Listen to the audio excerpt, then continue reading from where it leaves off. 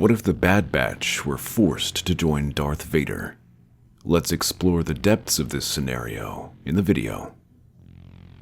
On Teth, the Bad Batch, Rex, and Howzer stand their ground as a squad of Imperial stormtroopers surround them. Leading them is a familiar clone in gray and white armor. Rex, I thought you were dead. The commander lowers his weapons as Rex removes his helmet. The two officers stare at one another in disbelief. Reports said that you were killed in action, that you went down aboard an attack cruiser. I did. I lost a lot of good men that day. And today. What are you doing here, Rex? Don't tell me you're fighting against us. No, not against you. Against the Empire. They're imprisoning and experimenting on our brothers. Killing others. The Empire wouldn't do that to us. Omega confirms what Rex says as he pleads with Wolffe to listen and join them. Despite this, Wolffe cannot bring himself to join them after he's pledged an alliance to the Empire. Wolffe orders his men to stand down, but just as the Bad Batch prepares to leave, another figure steps out from the Imperial shuttle. In contrast to the clones, he's dressed all in black. Darth Vader raises a hand. Halt. It's good to see you again, Captain Rex. The rebels freeze and turn to face the Dark Lord. Rex, in particular, seems frozen in place. There is something hauntingly familiar about him, but he cannot dwell on that as he feels the Sith Lord's gaze through his helmet. Eventually, Hunter draws himself up. What do you want from us? I require your services for a mission that will benefit both of us. I also oppose the operations on Tanis Base. So let me make you a deal. Join forces with me, and I will free the clones on Tanis and clear your names. If not, I will kill you where you stand. You can try, little guy. Wrecker steps forward, but the other clones pull him back as Vader crosses his arms. The power radiating from him is clear to the clones. Rather than risk the fight, the clones drop their blasters. Vader gestures for them to follow him to his ship. Inside, he explains the experiments are for a mysterious project the Emperor is working on, and he wants to gather more information. If they succeed, Vader will help find the clones a place to retire. Although he refuses to admit it, the Dark Lord feels some kinship with these soldiers. After his accident on Mustafar, Vader knows he has lost the Emperor's favor, with Palpatine regarding him with disgust. This is the same callousness he shows the clones. Though reluctant to trust him, Rex and the others agree to help their brothers, knowing that refusal would mean death. Taking their Imperial shuttle, Vader orders them to Tanis Base. Once they arrive, he steps out and orders the guards to let them through. When the stormtroopers refuse, Vader shoves them off the bridge and ignites his lightsaber. He orders Echo to disable the station's security system, as he does not want to be seen by Palpatine. Echo hacks into the station's defenses and disables the cameras, allowing them to move unseen. Vader takes the lead, effortlessly cutting down any guards in his way. Behind him, Hunter keeps Omega close, but admits that having a Force user with him makes things much easier. The stormtroopers are easy prey for Vader's powerful Force attacks and lightsaber skills. As they reach the detention facility and free the prisoners, Vader departs, saying he will gather his intelligence and meet them later. The Bad Batch watches him go, but decides to help their brothers first. After arming the prisoners, they make their way out. Meanwhile, Vader enters Nala Se's laboratory, where he overhears a conversation between her and another prisoner, Admiral Rampart. The Admiral has the data chip with Project Necromancer and seems intent on keeping it, as he has his blaster aimed at Nala Se's chest. The Kaminoan holds a concealed grenade behind her back. Lifting his arm, he begins choking them both. You are wrong. This research belongs to me. He crushes their throats and takes the data, examining it to find out just what Project Necromancer is. He begins to understand Palpatine's plans and smiles to himself. After gathering everything he needs, he drops the grenade back on the ground and destroys the lab. Vader escapes just in time to see the battle between the prisoners and the clone assassins in the training room. He leaps into the middle of the fight with his lightsaber in hand. The assassins immediately focus on Vader and rush at him. Staffs and blades crackle with electricity as Vader meets their attacks. Despite their numbers, the clones can't penetrate Vader's defenses. The 3 clone assassins decide to attack Vader all at once, swinging their weapons at him. With a casual flick of his arm, Vader deflects all their attacks and sends the troopers crashing into the wall. Their bodies slam into the electronics underneath, sending sparks flying as they are electrocuted to death. He then turns to the remaining prisoners. Come. We have no further business here. They face little resistance with Vader by their side, as he effortlessly cuts through the remaining stormtroopers and other clone assassins. The prisoners escape on board their ship, but rather than take them to Pantora, Vader orders them back to Teth. Here, Vader offers the remaining clones a deal. They can continue their service in an all-clone division, or retire in peace. Most of the clones choose the latter, but a few stand up and step forward. However, the Bad Batch and Rex are not among them. I've seen the all-clone divisions that the Empire has organized. It's not something I'd return to. Those were Rampart's divisions. Unlike him, I see the value in my clones. I think Captain Rex would agree. So, it is you, General Skywalker. General? That was before. My name is now Darth Vader. I intend to gather the other clone units into my force, including those currently in combat. It is a tempting prospect for the Bad Batch, as it would stop them from having to hide while still helping the other clones. But Hunter is far from convinced. Then let me ask you something, General. The clones turned on the Jedi, including Ahsoka. Were you fine with that? Is she an acceptable cost for your plans? Vader doesn't say anything, but his fingers twitch towards his lightsaber. Rex closes his eyes and expects to be cut down. But the Dark Lord answers. Why do you think I helped you? Rex looks at the other clones, who all agree to help Vader in his plans. They have little choice. If they refuse, Vader could kill them right now. With this agreement, the clones who retire are sent to Pandora, and the other clones are sent to join the 501st. But Rex, the Bad Batch, and his resistance network are able to remain on Teth. Vader instead uses them as proxies to raid Imperial facilities. He has them target other prisons with clones, but sabotage more of Palpatine's projects. Vader ensures he has no connection to them and instead focuses on his research. This suits Hunter and Clone Force 99 just fine. If anything, it feels nice as things almost seem normal again. Special operations missions like this are something that they understand and can work with, as long as it's against the Empire. With his data from Tanis, Vader learns everything Palpatine has been planning with Project Necromancer. Rather than destroy the data, Vader works to enhance it. Though the Empire wishes to decommission the clones, Vader still sees their potential and plans on creating the next generation of them. However, he doesn't just plan on making regular clones. He resumes cloning operations on Mustafar, away from the Emperor's prying eyes.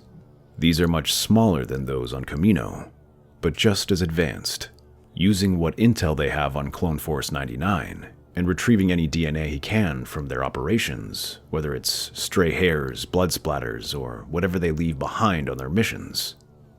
This also leads Vader to send them on more missions to secure more DNA. With that information, he tasks the few surviving Kaminoan scientists to find a way to replicate the same genetic ability that the Bad Batch has. It takes years of research, but the Kaminoans are highly motivated. They know that Palpatine is responsible for the destruction of their homeworld. With Vader, he promises not only the chance of revenge, but also the opportunity to rebuild their cloning operations.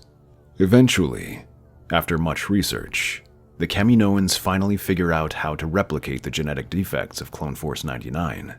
With these developments, Vader begins the cloning process, with himself as the genetic template. By then, the mission profile of Clone Force 99 had extended far beyond just rescuing clones. Now Vader sent them on any mission that might affect Palpatine's plan, whether it's assassinating rivals, sabotaging operations, or launching raids against Imperial facilities. This brings more attention to the Bad Batch, making them more dependent on Vader for protection. However, Vader soon gathers enough data samples from the clones and summons them back to Mustafar with a new set of orders. While the rest of the clones will be taken to Pandora or the 501st, Clone Force 99 will be placed in charge of training this new batch of clones. Hang on, sir. This is not what we agreed to. We've kept our side of the deal. Now it's time you let us go. Patience, Captain. These troops are the final part of my plan. They will be used to finally overthrow the Emperor. And when you overthrow the Emperor, what will happen then? Then I will take over the Empire and ensure all the necessary changes are made. Right. You doubt me? With all due respect, you haven't given us much reason for faith after everything you've done. Have I not kept my promises before? Did I not rescue your brothers and allow them to retire peacefully? I have kept my side of the agreement. Now, I expect that you will keep yours. That was years ago. And since then, we've done nothing but fight your shadow war for you. And you will continue doing so until the Emperor is defeated. For the sake of your sister. Hunter and Vader stare at one another, but the clone relents and begins plotting and looking for ways to regain his freedom. Rex trains them in leadership and group tactics, Echo with electronics, and the rest to use their natural enhancements. They spend the next 10 years building this army while Vader feigns submission to his master. However, as the galaxy experiences the tyranny of the Empire, more worlds begin to rebel in a loose patchwork of organizations called the Rebel Alliance. With this growing unrest, Vader leads the armies across the galaxy to put down the rebellion. There he sees Palpatine's grip on power weakening, providing the chance to overthrow him. Shortly after the Battle of Yavin, Vader decides to strike. He secretly arranges for these fresh clones to be added to Death Squadron's complement of stormtroopers, with Clone Force 99 joining the crew. He then invites Palpatine aboard his ship to plan their next move. When the Emperor arrives, the two make their way to the bridge. The loss of the Death Star was a serious blow to the Empire. To survive, we must reevaluate our strategy and consider other means. What do you suggest, my apprentice? Darth Vader ignites his lightsaber and lunges at his master. What about a change of leadership? Palpatine reacts just in time, pulling out his lightsaber. As he stumbles, Vader reaches for his comlink and orders his modified clones to strike. Stormtroopers and officers not loyal to Vader are quickly cut down as firefights break out across the fleet. Vader's following attacks are battered aside as Palpatine smiles and pulls a hapless clone trooper to use as a human shield. Vader cuts through them, but is thrown back by a burst of lightning from Palpatine. I had expected this betrayal, but I was not expecting these clones. Well done, my apprentice. Even as blaster fire pours into the bridge, Palpatine laughs and deflects their attacks, cutting down every clone or hurling them at Vader. The apprentice is not deterred, though, and continues to advance, relentlessly cutting through the clones and continues to duel with his master. The room is soon filled with dead clones as the Bad Batch and Rex reach the bridge. Now, troopers, take your vengeance. Oh, we will. Wrecker suddenly tackles Vader, while Echo lobs a grenade at Palpatine. The Emperor barely manages to leap aside as the explosion sends sparks flying. Hunter tries to finish him off with his vibroblade, but the Emperor twists and blocks it with his lightsaber. He throws Hunter back and leaps up to finish him off, but but Crosshair fires a round that ricochets towards him. Palpatine pauses to deflect his attack, allowing Hunter to roll out of the way. Smiling, Crosshair begins to fire more rounds from multiple angles, keeping Palpatine on his feet.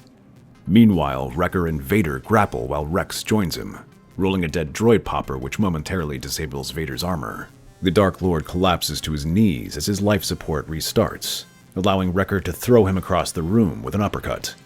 Before he and Rex can finish him off, Vader throws them aside with the Force.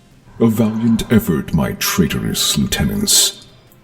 But what did you hope to accomplish alone? We didn't come here alone. The ship is suddenly rocked by an explosion as a squadron of Rebel fighters zip past them. Dozens of Rebel warships suddenly emerge from hyperspace, pouring turbo laser fire on Death Squadron, which is too occupied with the miniature civil war to respond. In a rare moment of naval superiority, the Rebels gain the upper hand in the battle. Vader's ship is rocked by the explosion, causing Palpatine to stumble and nearly lose his head as Vader swings his lightsaber at him. The Emperor barely blocks his attack. Rex activates a signal on his comlink and rejoins the fight, rushing at Vader with another android popper, but this time Vader anticipates it and swings his sword, slicing it in half and sending a shockwave that throws all of them off their feet. All except for Vader, who stands over Rex with his lightsaber at his throat. I offered you everything, Captain. You didn't give me a thing. You just made me a slave once again. But this time, I'm going to die free. He hits another button, and an explosion rocks the ship. This time, internally. Rex smiles grimly. Thank you for everything. But I'm glad Padme and Ahsoka aren't here to see what you've become. And they never will. I made sure to set some explosives on the ship's reactor. Goodbye, General Skywalker. Vader drives his weapon into Rex's chest and tries to make a run for it, but is pulled back by Hunter and Wrecker, who've tackled him to the ground. Palpatine does the same, but Crosshair and Echo stand in his way, firing their blasters at him. The last thing the Emperor sees is an explosion rippling through the hull, consuming the two clones before him. The whole ship goes down in a ball of fire, leaving Death Squadron without its flagship and easy prey for the Rebel fleet. In one fell swoop, the Emperor, Vader, and most of their powerful fleet are eliminated. But not everyone is killed in the explosion.